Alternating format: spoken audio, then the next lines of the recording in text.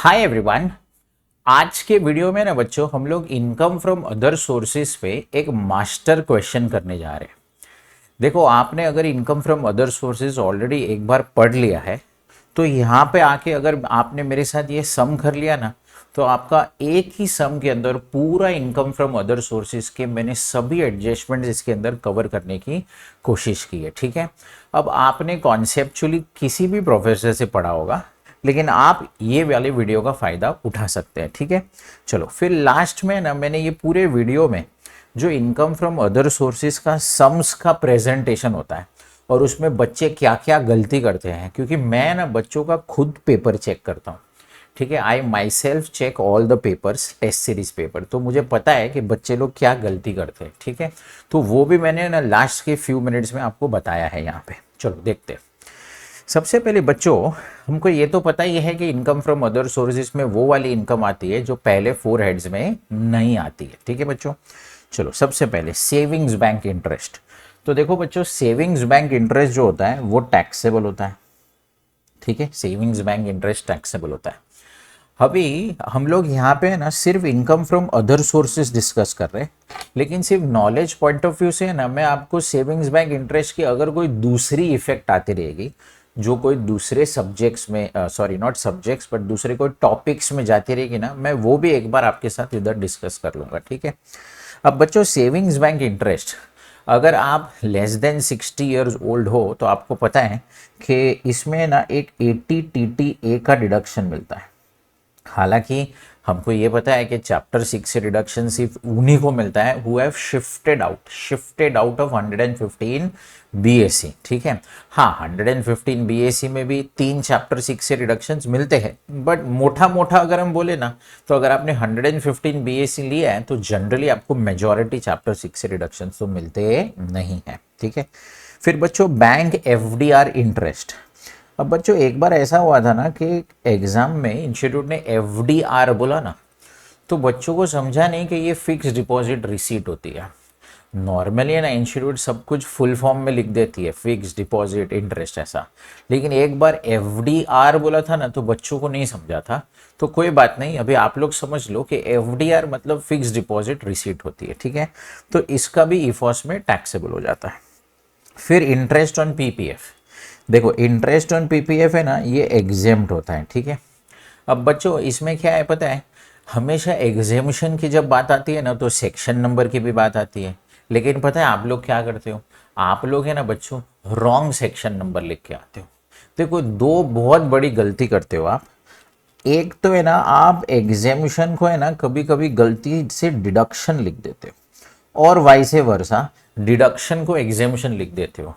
देखो ये सब है ना बहुत ही छोटी टेक्निकल चीज़ें होती है, बट इंस्टीट्यूट चाहती है कि टेक्निकल चीज़ों में ही तुम लोग करेक्ट होने चाहिए। देखो जनरल चीज़ों में तो कोई भी कुछ भी राइट हो सकता है, कोई किसी को भी टैक्स प्लानिंग बोल सकता है, कोई बोल सकता है ना हाँ सर एग्जामिशन डिडक्शन एक ही चीज़ होती है, दोनों से टैक्स बच जाता है। नहीं, बट ऐसा जनरल नॉलेज नहीं चलता है ना। जब हम प्रोफेशनल एग्जाम दे रहे हैं सी ए में तो हमें प्रोफेशनल एटीट्यूड रखना पड़ता है। तो देखो बच्चों इंटरेस्ट ऑन पीपीएफ ये एक एग्जेम्प्ट इनकम है।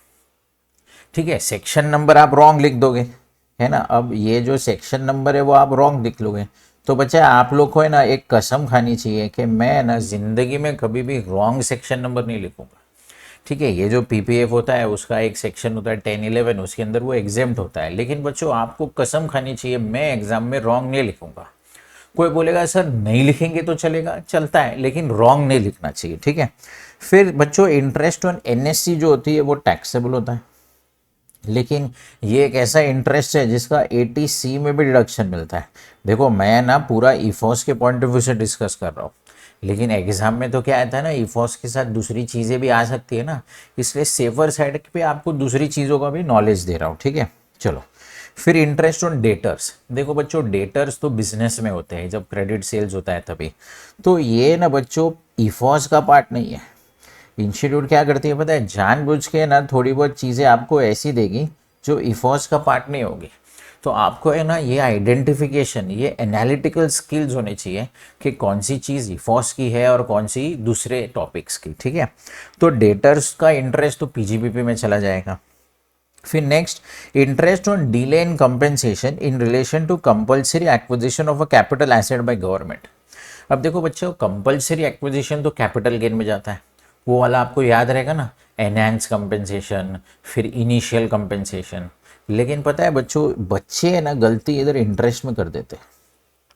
देखो क्वेश्चन में ध्यान से देखो, कंपेंसेशन दिया है तो सब कैपिटल गेन्स, लेकिन इंटरेस्ट ऑन कंपेंसेशन दिया है ना बच्चों, तो यहाँ पे इफॉस में टैक्सेबल हो जाता है। और बहुत ज़्यादा इंपॉर्टेंट चीज़, यहाँ पे 50% स्टैंडर्ड डिडक्शन मिलता है। देखा, मैंने स्टैंडर्ड एग्जेम्पशन वर्ड यूज़ नहीं किया, क्योंकि वर्ड्स का, टेक्निकल वर्ड्स का बहुत इंपॉर्टेंट होता है। प्रेजेंटेशन में लास्ट में मैं आपको सिखाने वाला हूँ, ठीक है। तो ये 50% स्टैंडर्ड डिडक्शन मिलता है, ठीक है। Next, interest on Sukanya Samriddhi account scheme. बच्चों इंटरेस्ट जो सुकन्या समृद्धि अकाउंट स्कीम का होता है वो एग्जेम्प्ट होता है under 10(11)(a). Interest on deposit certificates issued under the gold monetisation scheme. बच्चों ये भी एग्जेम्प्ट होता है under section 10(15). Interest on sovereign gold bonds issued by RBI. देखो सोवरेन गोल्ड बॉन्ड्स का जो इंटरेस्ट होता है ना बच्चों, वो टैक्सेबल होता है, ठीक है। Interest on post office savings bank account. देखो पोस्ट ऑफिस सेविंग्स बैंक में एग्जेम्पशन मिलता है, लेकिन बताओ क्या पूरा एग्जेम्प्ट होता है? नहीं, एग्जेम्प्ट कितना होता है? ओनली अप टू 3,500, ठीक है। ये एग्जेम्पशन होता है बट ओनली अप टू 3,500। फिर जो उसके ऊपर का अमाउंट है, तो जैसे कि यहाँ पे ऊपर का अमाउंट 500 है, करेक्ट, तो ये 500 टैक्सेबल भी हो जाता है। प्लस ये जो post office savings bank interest होता है, अगर शिफ्टिंग आउट किया रहेगा तो इसका एक 80 TTA में भी डिडक्शन मिल जाता है, ठीक है बच्चों। फिर इंटरेस्ट ऑन सिक्योरिटीज, नहीं sorry, interest received by Suketu as a partner in a partnership firm. देखो ये इंस्टीट्यूट का है ना बच्चों, बहुत फेवरेट है ये, है ना, ये लोग बहुत बार पूछते हैं, interest received by Suketu as a partner. देखो बच्चों, जब आपको एज अ पार्टनर, ये जो शब्द है ना पार्टनर, वो part plus owner, part plus owner, ये दो शब्दों से बनाया गया वर्ड है पार्टनर। अब बच्चों जब भी कोई बिजनेस करता है अंडर अ पार्टनरशिप फर्म और एन एलएलपी, तो बच्चों वो एज एन ओनर काम कर रहा है, वो वहाँ पे एज एन एम्प्लॉय वगैरह काम नहीं कर रहा है, उसका वो बिजनेस है, वो बिजनेस करना चाहता है। इसलिए यहाँ का जो इंटरेस्ट है ना बच्चों, ये पीजीबीपी में चला जाता है, ठीक है, ये इफॉस में नहीं जाता है। हम तो ये पूरा सम फिलहाल इनकम फ्रॉम अदर सोर्सेज के पॉइंट ऑफ व्यू से एनालाइज कर रहे हैं ना, लेकिन मैं जानबूझ के आपको दूसरे चैप्टर्स का भी इसके अंदर पूरा इफेक्ट दिखा रहा हूँ, ठीक है। फिर उसके बाद इंटरेस्ट ऑन सिक्योरिटीज। देखो इंटरेस्ट ऑन सिक्योरिटीज है ना बच्चों, अगर क्वेश्चन में कुछ भी नहीं दिया है ना तो आप उसको इफॉस में डाल सकते हो, लेकिन इंटरेस्ट ऑन सिक्योरिटीज में एक चीज का ध्यान रखने का कि अगर आपका सिक्योरिटीज का ही बिजनेस है, क्या बोला, अगर आपका सिक्योरिटीज का ही बिजनेस है तो फिर इंटरेस्ट ऑन सिक्योरिटीज पीजीबीपी में चला जाता है। बट मैं एक सच बात बताऊं क्या, सीए इंटर के लेवल में ना जनरली आईसीएआई या कोई भी इंस्टीट्यूट है ना, ये ऐसा करती नहीं है, सीए में भी, बट ठीक है आप उसको इफॉस में टैक्सेबल कर सकते हो। बट हाँ, अगर सिक्योरिटीज का ही बिजनेस होगा तो वो इंटरेस्ट फिर पीजीबीपी में चला जाता है। Mister Suketu entered into an agreement with Mister Rangbadlu to sell his house. Advance money 1 lakh was received. Rangbadlu cancelled the agreement and Suketu forfeited the advance in the year 12-13। देखो बच्चों, एडवांस मनी फोरफिटेड अगर 12-13 में होगा ना, कोई भी एडवांस मनी फोरफिटेड बिफोर 1 अप्रैल 2014 होता है ना बच्चों, तो इसकी इफेक्ट कैपिटल गेन में चली जाती है। कैपिटल गेन में ना बच्चों वो कौवा में से माइनस हो जाता है। कौवा, सर कौवा क्या होता है? अरे कॉस्ट ऑफ एक्विजिशन। तो बच्चों इसकी जो इफेक्ट है ना वो इफॉस में नहीं जाएगी, इसकी इफेक्ट कैपिटल गेन में चली जाएगी। एडवांस मनी फोरफिटेड इन 15-16, हाँ ये बहुत इंपॉर्टेंट है, ये देखो ये बहुत इंपॉर्टेंट है। अगर एडवांस मनी फोरफिटेड 1 अप्रैल 14 के बाद है तो वो इफॉस में तो जरूर जाता है, लेकिन पता है बच्चे गलती क्या कर देते हैं, ये इफॉस ऑफ 15-16 में जाएगा बच्चों। देखो अपने को जो क्वेश्चन पूछा रहता है ना, वो तो जो हमारा प्रीवियस ईयर करंट ईयर होता है उस हिसाब से पूछा रहता है ना। जैसे कि अभी सब फॉर एग्जांपल जो लोग मई 26 में एग्जाम दे रहे हैं, आपका ईयर तो 25-26 है। अब ये वाला जो एडवांस मनी फोरफिटेड है 15-16 में, तो अभी 15-16 में अगर एडवांस मनी फोरफिट किया है तो वो इफॉस में जाएगा, लेकिन इफॉस ऑफ 15-16 बच्चों, इफॉस में जाता है बट इफॉस ऑफ 15-16। तो करंट ईयर का जो अपना स्टेटमेंट बनेगा ना इनकम फ्रॉम अदर सोर्सेज में, उसका तो इसका कोई इफेक्ट आना ही नहीं चाहिए। इंस्टीट्यूट है ना ऐसे छोटे छोटे पॉइंट से अपने को बहुत कंफ्यूज कर देती है। हमारा पूरा माइंड है ना इफॉस पे कॉन्सेंट्रेटेड रहता है कि हाँ डेट है 15-16 है तो इफॉस में जाएगा। हमारा माइंड पूरा है ना इफॉस, ये मैंने पढ़ा है, मुझे मालूम है, हम हमारे प्रोफेसर्स का वो चार्ट भी इमेजिन कर लेते, सब हो जाता है। लेकिन इंस्टीट्यूट खेल जाते ईयर के साथ, ठीक है। तो ये ध्यान रखना, ठीक है। फिर एडवांस मनी फोरफिटेड इन करंट ईयर, हाँ ये वाला अगर कोई एडवांस मनी फोरफिटेड है तो ये तो करंट ईयर के ही इफॉस में चला जाएगा। Cash gift received from 3 friends, अब देखो 3 फ्रेंड्स से 10,000 ईच मिला है, मतलब यहाँ पे 30,000 मिला है, ठीक है।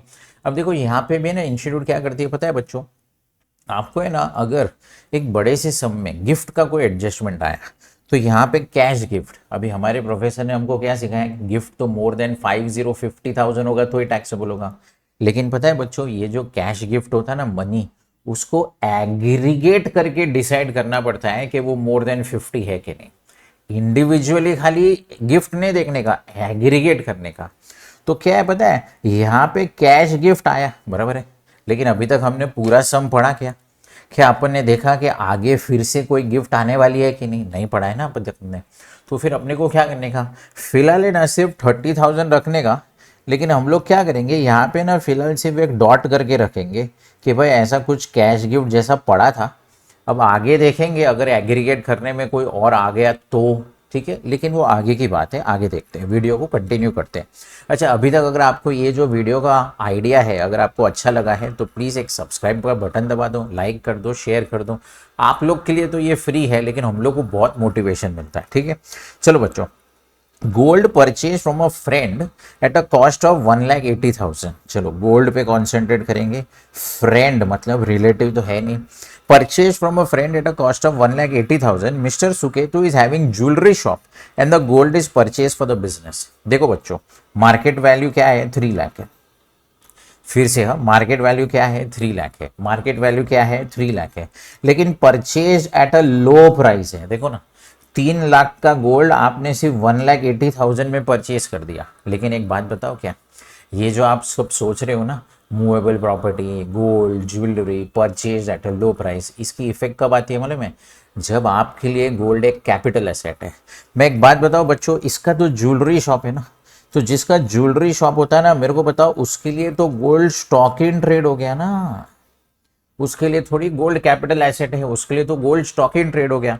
और बच्चों अगर आपके लिए गोल्ड स्टॉक इन ट्रेड हो गया ना बच्चों, तो फिर वो 56/10 का इफेक्ट नहीं आएगा। ये ना बिजनेस परचेज हो जाता है, इधर आप 56/10 का है ना आप कॉन्सेप्ट नहीं अप्लाई करोगे, क्योंकि ये तो ऐसा हो गया कि आपने गोल्ड अपने बिजनेस के लिए परचेज किया है। तो बिजनेस के लिए परचेज किया ना, तो यहाँ पे वो 56/10 की इफेक्ट नहीं आती है। 56/10 की इफेक्ट आती है only when you have purchased at a low price और you have received free of cost, but it should be your capital asset not stock in trade.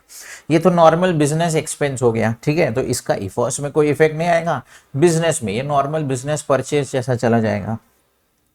Gift in kind received from employer,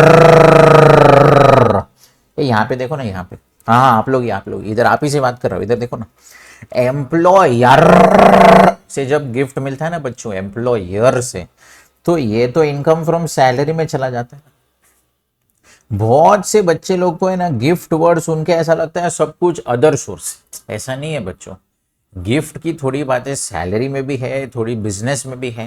हाँ ठीक है, majority बातें जो है वो other source में है, बट सैलरी बिजनेस में भी तो है ना, तो ये तो सैलरी में चला जाता है, इसका इफोर्स के साथ कोई कनेक्शन नहीं है, ठीक है। सैलरी में हमने सीखा है ना gift in kind, value more than 5,000 तो टैक्सेबल। अच्छा, received iPhone as a gift from a customer, देखो फिर से ये गिफ्ट आया, लेकिन ये तो पीजीबीपी का गिफ्ट है बच्चों, ये तो पीजीबीपी में टैक्सेबल हो जाता है, क्योंकि कस्टमर से अगर गिफ्ट मिला तो इन कैश हो इन काइंड हो, दोनों केस में वो बिजनेस में टैक्सेबल हो जाता है, और उसमें तो वैल्यू भी इंपॉर्टेंट नहीं होती है, ठीक है। अच्छा, dividend from an Indian company, ये तो टैक्सेबल है, ठीक है बच्चों। फिर dividend from a foreign company, ये भी टैक्सेबल है। Winnings from a lottery ticket net amount, ये देखो नेट अमाउंट दिया रहेगा ना, तो हमेशा बच्चों net has to be converted into, बोलो बोलो, net has to be converted into अरे बोलो ना, net has to be converted into gross. बच्चों ये नेट को ग्रॉस में कन्वर्ट कर देने का, अब यहाँ पे हमारे पास इतना नॉलेज होना चाहिए, हमारे पास नॉलेज होना चाहिए कि विनिंग्स में ना जो टीडीएस है ना वो 30% होता है। उसका मतलब ये 30% काटने के बाद आया हुआ है, तो हम इसको ग्रॉस में कन्वर्ट कर देंगे और वो 1 लाख रुपीज हो जाएगा। ठीक है, प्रेजेंटेशन में चाहिए तो आपको फिर से एक बार नीचे बता दूंगा। अच्छा, rent from land before any deduction, देखो ना कैसे कंफ्यूजिंग तरीके से दिया है बच्चों। रेंट फ्रॉम हाउस प्रॉपर्टी होती है ना, हाउस प्रॉपर्टी, 4 दीवार और एक छत, तो वो आईएफएचबी में जाता है। लेकिन ये तो जमीन है, मुझे बताओ क्वेश्चन में हाउस प्रॉपर्टी दिया है कि लैंड दिया है? लैंड दिया है। अब जमीन को भाड़े पे दिया, rent from land, rent from vacant land, ये सब चीजें हाउस प्रॉपर्टी में नहीं जाती है बच्चों, ये तो अदर सोर्स में जाती है। अच्छा, हाउस प्रॉपर्टी में 30% स्टैंडर्ड डिडक्शन है, अदर सोर्स में तो ऐसा कोई रेंट रिलेटेड स्टैंडर्ड डिडक्शन नहीं है। ये कंफ्यूज करने को दिया है ना, ये ना आप लोग को उल्लू बनाने को, भोंदू बनाने को दिया है। It is of no use. Monthly rent from furniture, अब यहाँ पे क्या है मालूम है, बच्चे लोग को ये तो पता रहता है कि अगर फर्नीचर भाड़े पे देने का बिजनेस है तो पीजीबीपी, बट बिजनेस नहीं है तो अदर सोर्स। ठीक है, तो बच्चे टैक्सेबल तो कर देते, लेकिन है ना सम सॉल्व करते समय है ना ये मंथली वर्ड भूल जाते। तो सम सॉल्व करते समय अपने को ध्यान रखने का कि भाई रेंट फ्रॉम फर्नीचर के साथ मंथली रेंट भी दिया हुआ है। ठीक है, फिर अवार्ड्स फ्रॉम गवर्नमेंट, अब बच्चों ये तो अवार्ड तो एग्जेम्प्ट हो जाता है 1017A के अंदर। अच्छा, माइनर चाइल्ड इनकम, इंस्टीट्यूट्स का favourite adjustment, minor child income. अब बच्चों इसका तो 1032 में 1500 का एग्जेम्पशन मिल जाता है, बराबर ना, ये तो 1500 एग्जेम्प्ट हो जाता है। लेकिन अगर आप 115 बीएसी ऑप्ट कर रहे हो तो फिर ये एग्जेम्पशन मिलेगा नहीं। ठीक है, अच्छा अब इसका एक और माइनर चाइल्ड है, पहली चाइल्ड तृप्ति, दूसरा वैभव, तो ये जो 1500 का एग्जेम्पशन है ना बच्चों, ये तो पर माइनर चाइल्ड है, बराबर है, पर माइनर चाइल्ड है। लेकिन अभी यहाँ पे तो सिर्फ 1000 ही इनकम हुई है, तो 1000 में से 1500 थोड़ी एग्जेम्प्ट कर सकते हैं, तो यहाँ पे तो सिर्फ 1000 ही एग्जेम्प्ट होगा। ठीक है, तो यहाँ पे क्या हो जाएगा कि 2000 में से 1500 एग्जेम्प्ट और उसके ऊपर का टैक्सेबल, और यहाँ पे तो पूरा ही एग्जेम्प्ट हो जाएगा। ठीक है, एग्रीकल्चर इनकम फ्रॉम वडोदरा, अभी ना बच्चों एक बार मैं फेस टू फेस पढ़ा रहा था ना, तो एक स्टूडेंट ने बोला कि सर मैं माँ कसम खा के बोलता हूँ कि मुझे वडोदरा ये प्लेस किधर है ना वो मालूम नहीं है। अब जनरली है ना इंस्टीट्यूट ऐसा कोई भी रैंडम प्लेस का नाम लेती नहीं है, वो लोग लिख देते Gujarat, Tamil Nadu, Maharashtra, India, foreign, normally लिख देते, लेकिन ये एक सब में ना इंस्टीट्यूट ने लिखा नहीं था। तो कोई बात नहीं, ऐसे इंस्टीट्यूट ज्योग्राफी का तो नॉलेज ज़्यादा लेती नहीं है, बट बेसिक है ना, इंस्टीट्यूट को लगा कि वडोदरा शायद सबको पता होगा, बट एक स्टूडेंट को नहीं पता था। बेसिकली ये गुजरात में एक जगह पे है, तो ये तो एग्जेम्प्ट हो गया क्योंकि एग्रीकल्चर इनकम तो 10(1) में एग्जेम्प्ट होती है। ठीक है बच्चों, अच्छा एग्रीकल्चर इनकम फ्रॉम भूटान, अब यहाँ पे जो मेरे स्टूडेंट्स हैं ना वो लोग हंसने लगेंगे, क्योंकि नेपाल, भूटान, म्यांमार, ये सब चीज़ें मैं जब भी टेस्ट में लिखता हूँ ना तो बच्चे गलती कर देते हैं। बच्चों ये सब फॉरेन कंट्रीज हैं। ठीक है, तो अगर फॉरेन से एग्रीकल्चर हुआ तो वो तो टैक्सेबल होता है। अच्छा, म्यूचुअल फंड इनकम, अब देखो बच्चा म्यूचुअल फंड इनकम भी इफोस में टैक्सेबल होती है, लेकिन यहाँ पे ना कभी कभी बच्चे डाउट पूछते हैं कि सर म्यूचुअल फंड का इनकम तो कैपिटल गेन में नहीं जाता है। देखो बच्चों, अगर म्यूचुअल फंड बेचा होगा, म्यूचुअल फंड्स को बेच के अगर आप प्रॉफिट कमा रहे हो ना तो प्रॉफिट कैपिटल गेन में जाता है, बट अदरवाइज म्यूचुअल फंड से भी डिविडेंड जैसी कोई इनकम आती है ना तो वो तो बच्चों इफोस में ही टैक्सेबल होती है। Okay, consultancy charges paid by Suketu, Suketu जो है वो हमारा असेसी है, सुकेतु जो है वो हमारा असेसी है।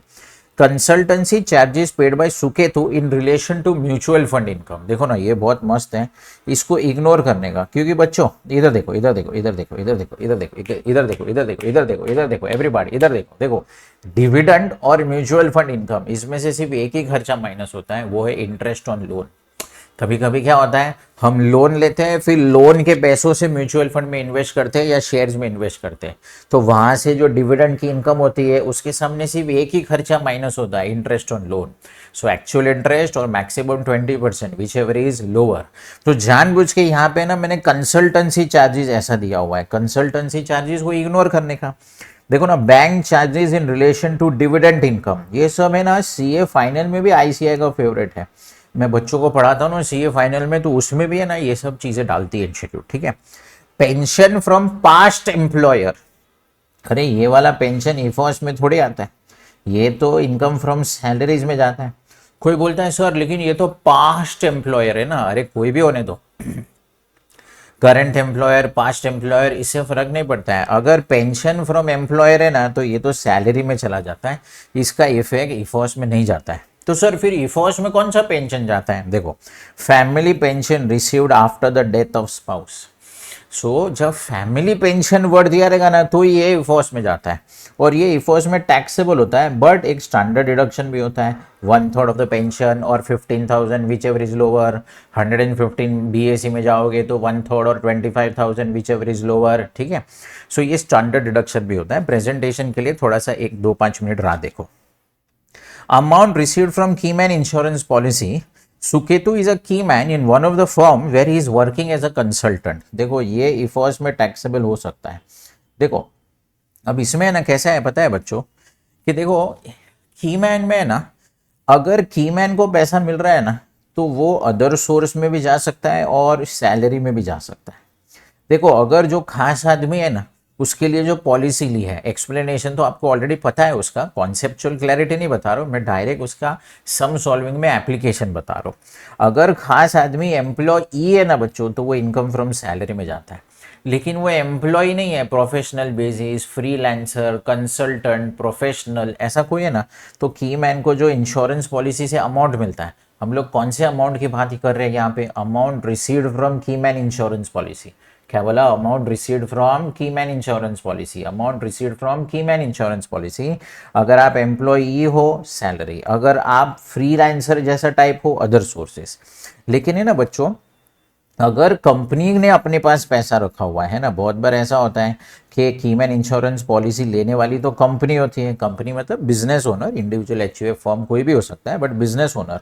तो कंपनी को पैसा मिलता है ना, जिसने पॉलिसी ली है, जिसने प्रीमियम भरा है, अगर उसी को पैसा मिलता है ना तो वो इनकम फ्रॉम बिजनेस में चला जाता है।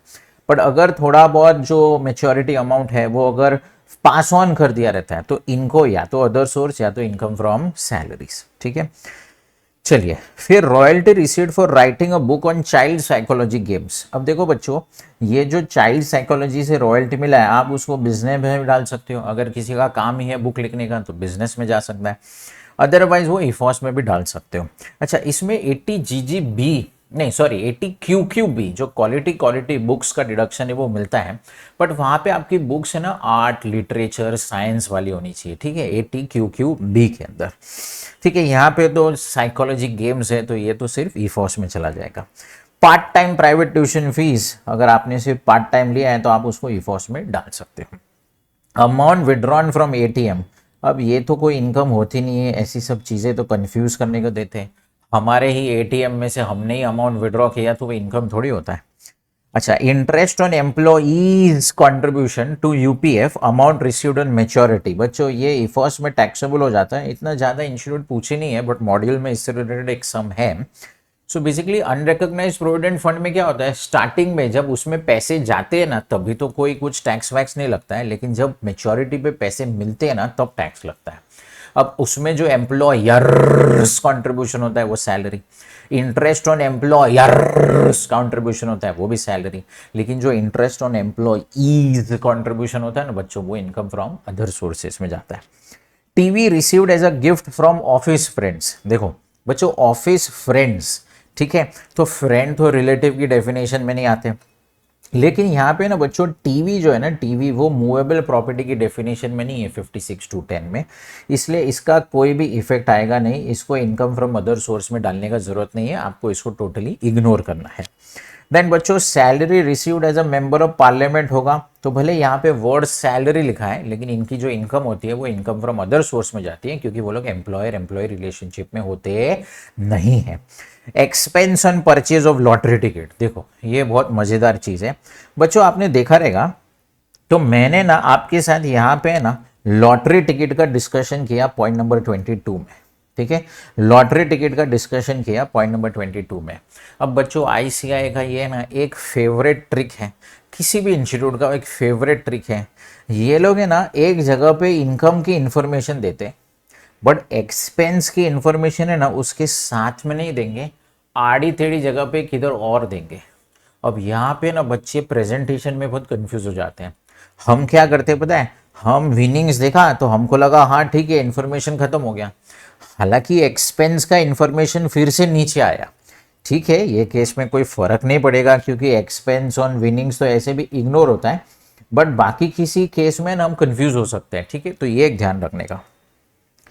फिर देखो repairing expense in relation to furniture given on rent, देखो मैं बोला ना कंफ्यूज हो सकते हैं। देखो पॉइंट नंबर 24 में हमने monthly rent from furniture discuss किया था। अब यही फर्नीचर का टैक्सेबल जो हमारा इनकम था उसका एक्सपेंस देखो ये लोग ने जानबूझ के ना किसी और तरीके पे दिया। देखो बच्चों, मुझे भी पता है एग्जाम में कोई 62 पॉइंट्स वाली इनकम फ्रॉम अदर सोर्स का सम नहीं आता है, वो तो मुझे पता है ना, 16 साल से पढ़ा रहा हूँ, है ना, मैं तो फुल टाइम टीचर हूँ, तो मुझे पता है इतना बड़ा सम आता नहीं है। लेकिन ये तो हम डिस्कस कर रहे हैं ना, 5 पॉइंट, 6 पॉइंट, 8 पॉइंट तो आ सकता है ना, छोटा सम आ सकता है। अरे अभी तो केस लॉ बेस्ड एमसीक्यू में एक एक दो दो तीन तीन पेज के केस लॉ होते हैं। तो मैं आपको सिर्फ यहाँ पे ये ट्रेन करने की कोशिश कर रहा हूँ कि इन्फॉर्मेशन को, क्वेश्चन को पहले पूरी तरीके से पढ़ना सीखो। ठीक है, ये लोग जानबूझ के ना इनकम किधर एक जगह पे, एक्सपेंस किधर दूसरी जगह पे, ऐसे भी कंफ्यूज करते हैं। अब आप मुझे बताओ ना, फर्नीचर भाड़े पे दिया, अगर हमने उसको इनकम फ्रॉम अदर सोर्सेज में टैक्सेबल किया तो क्या उसका एक्सपेंस माइनस नहीं होगा? होगा ना, लेकिन जानबूझ के उसके साथ में नहीं दिया, अलग से दिया। मैं नीचे आपको एक बार प्रेजेंटेशन बता देता हूँ। देखो gift received from father mother's friend, ये देखो ये भी तो ऐसा ही था ना।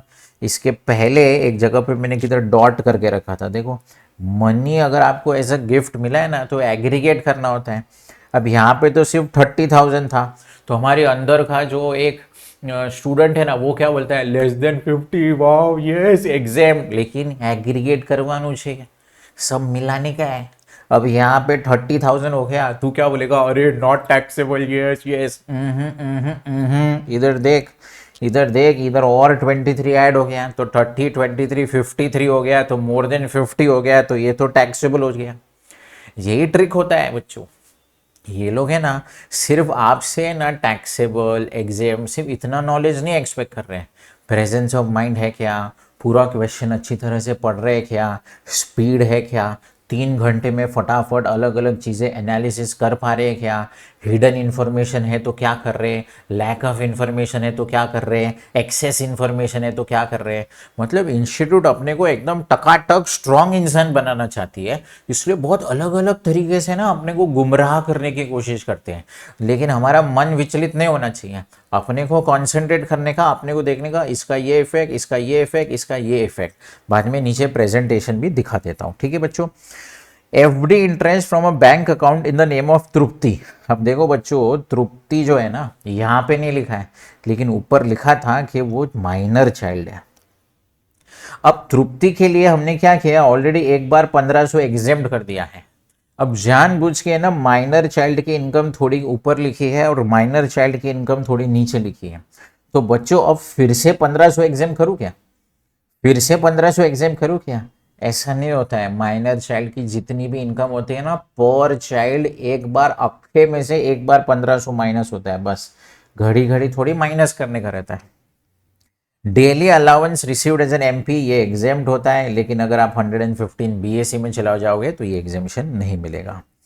अच्छा, Raja private limited advance loan to Mister Sukhetu, he is having 11% stake in the company, balance in the reserves and surplus of the company is 5 lakh। देखो आपको पता रहेगा, ये आपने 222E में पढ़ा है ना, loan given by closely held company. देखो ना, private limited closely held company होती है, शेयर होल्डर के पास मिनिमम 10% स्टेक होना चाहिए, ऐसा लॉ में लिखा है। यहाँ पे 11% स्टेक है ना, सो 11% स्टेक है तो loan is treated as deemed dividend. लेकिन बच्चों लोन अमाउंट भले 6 लाख है, बट कंपनी के पास जो रिजर्व्स पड़े ना वो सिर्फ 5 लाख है। तो हमने क्या सीखा है, it is deemed dividend but only to the extent of accumulated profits, deemed dividend but only to the extent of accumulated profits.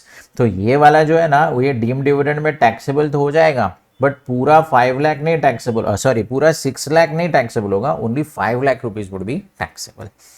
अच्छा, Suketu received land from his friend as a gift. अब ये तो इमूवेबल प्रॉपर्टी हो गया, लेकिन stamp duty value less than 50,000 है तो इस पे टैक्स नहीं लगेगा।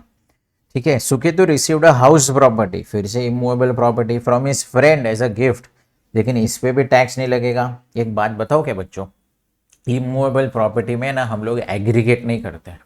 देखो मनी मिला रहेगा ना गिफ्ट में तो हम एग्रीगेट करते हैं, मूवेबल प्रॉपर्टी गिफ्ट में मिलाएगा ना हम एग्रीगेट करते हैं, लेकिन इमूवेबल प्रॉपर्टी में हम एग्रीगेट नहीं करते। तो यहाँ पे है ना हमें इंडिविजुअली देखना है, इंडिविजुअली। तो इंडिविजुअली दोनों की stamp duty value less then 50 है तो उस पर टैक्स नहीं लगेगा, इधर एग्रीगेट मत करना।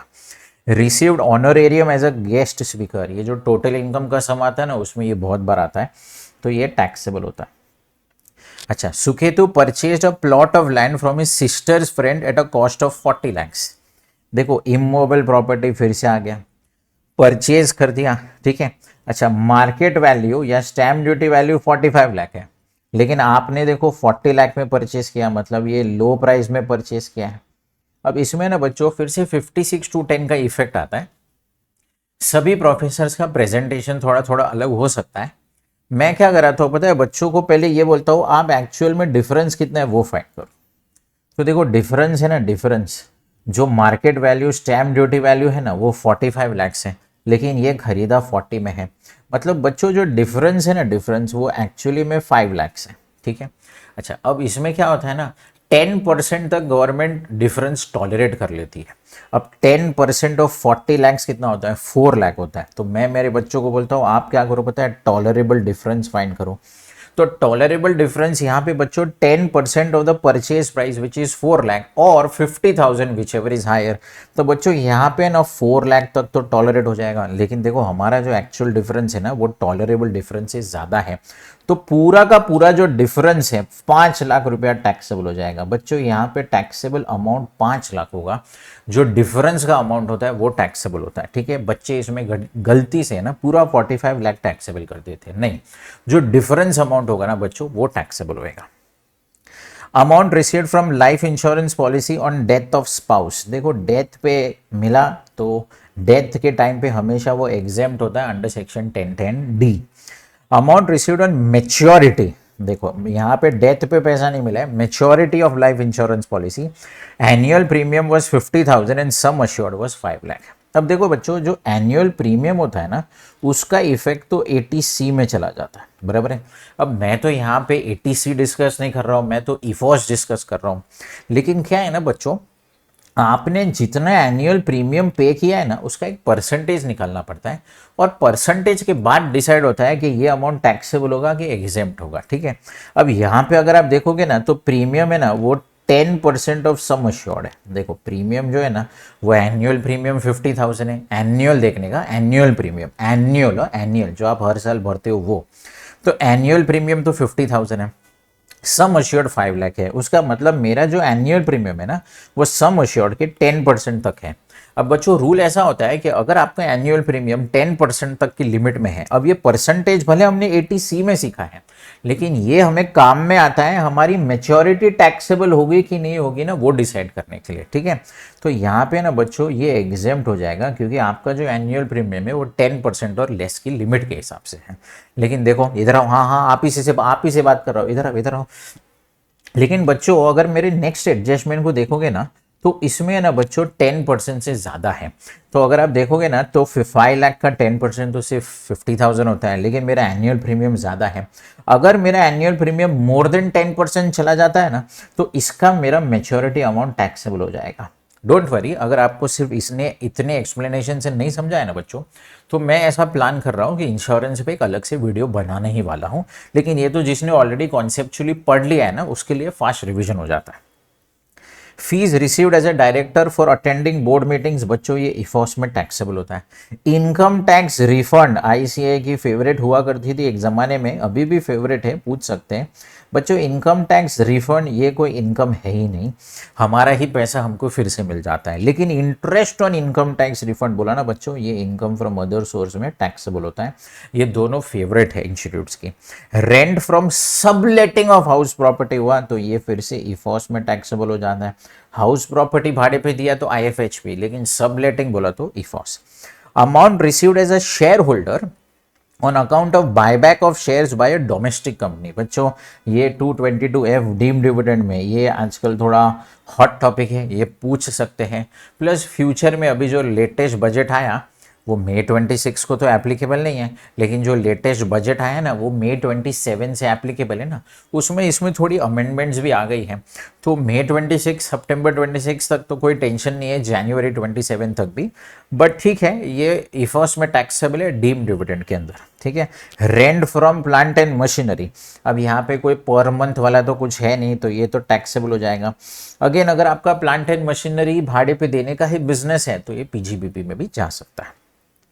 Expense on plant and machinery, हाँ ये तो इसमें से माइनस हो जाएगा, ठीक है। अब इसमें देखो एक्सपेंस ज़्यादा है, एक्सपेंस ज़्यादा है, हाँ तो क्या हो गया ना, एक्सपेंस ज़्यादा है तो उस पर्टिकुलर सोर्स से वो लॉस हो जाएगा, तो एक्सपेंस ज़्यादा है तो एक्सपेंस माइनस होता है। Amount received by CGSGLA central government, state government, local authority by Suketu जो हमारा असेसी है, as a compensation on account of any disaster.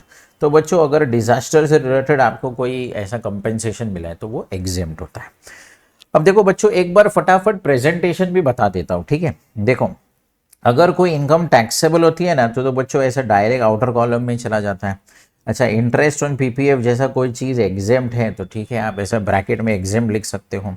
अच्छा अगर किधर स्टैंडर्ड डिडक्शन है तो ऐसा स्टैंडर्ड डिडक्शन, देखो बच्चों एग्जेम्पशन और डिडक्शन में, ये मैं फिर से एक बार बोल रहा हूँ, एग्जेम्पशन और डिडक्शन को मिक्स मत करना बच्चों। आप क्या करते हो ना, जिधर डिडक्शन है उधर एग्जेम्पशन लिख देते हो, जिधर एग्जेम्पशन है उधर डिडक्शन लिख देते हो।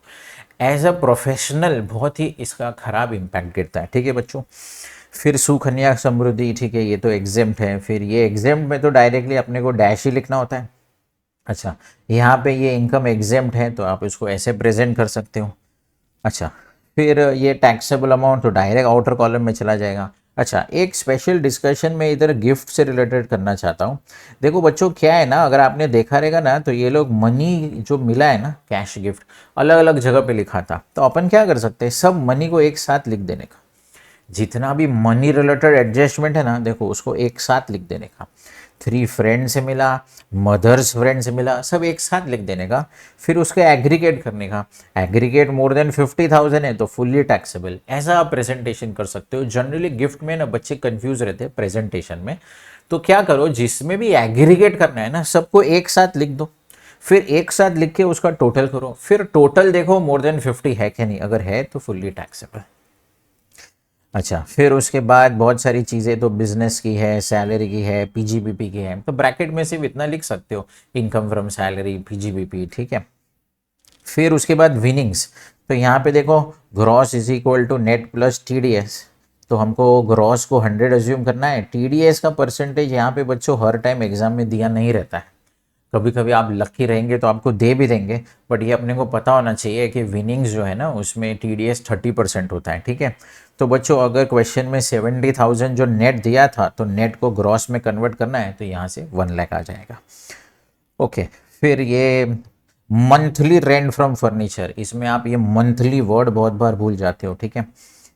फिर ये माइनर चाइल्ड इनकम तो हमको पता ही है, ये ऐसा एग्जेम्प्ट होता है। फिर स्टैंडर्ड डिडक्शन का भी एक बार प्रेजेंटेशन देख दो, 1/3 करना है और मैक्सिमम ये विच एवर इज लेस ऐसा। फिर बस ये यही मेजॉरिटी चीज़ें रहती। अच्छा अगर कोई एक्सपेंस इग्नोर है तो आप उसको नोट के फॉर्म में भी लिख सकते हैं, स्टेटमेंट में लिख सकते हैं। ये बच्चे बहुत बार पूछते हैं कि सर अगर कोई चीज़ इग्नोर करनी है तो मैं स्टेटमेंट में लिखूँ कि नोट में लिखूँ, चलता है आप किधर भी लिख सकते हो, नोट में भी लिखो स्टेटमेंट में भी लिखो, लेकिन लिखो ये ज़रूरी है, ठीक है बच्चों। अच्छा फिर मैं generally actual difference, tolerable difference, जो परचेज ऑफ इमूवेबल प्रॉपर्टी की बात हमने की थी ना वो मैं ऐसे प्रेजेंट करता हूँ। आप रिस्पेक्टिव प्रोफेसर्स का प्रेजेंटेशन फॉलो कर सकते हो। देखो बच्चों प्रेजेंटेशन जब तक नीट क्लीन अच्छा होता है ना, तब तक इंस्टीट्यूट इतना प्रेजेंटेशन को लेके रिजिड नहीं होती है। बट हाँ, आपको सब लिखना अच्छा है, शॉर्ट फॉर्म्स नहीं लिखने हैं, है ना। आप एक्चुअल डिफरेंस को एडी ऐसा नहीं लिख सकते, आपको पूरा ही लिखना होता है, ठीक है। बाकी है ना, प्रेजेंटेशन का टेंशन नहीं लेने का, सब प्रोफेसर का थोड़ा थोड़ा अलग होता है, आप अपने रिस्पेक्टिव प्रोफेसर का भी फॉलो कर सकते हो। तो देखो, ये अपना पूरा डिस्कशन था बच्चों about this income from other sources. ये एक सम करोगे ना बच्चों, आपको पूरा इनकम फ्रॉम अदर सोर्सेज मैंने मतलब छोटी छोटी चीज़ें सब कवर करने की कोशिश की है।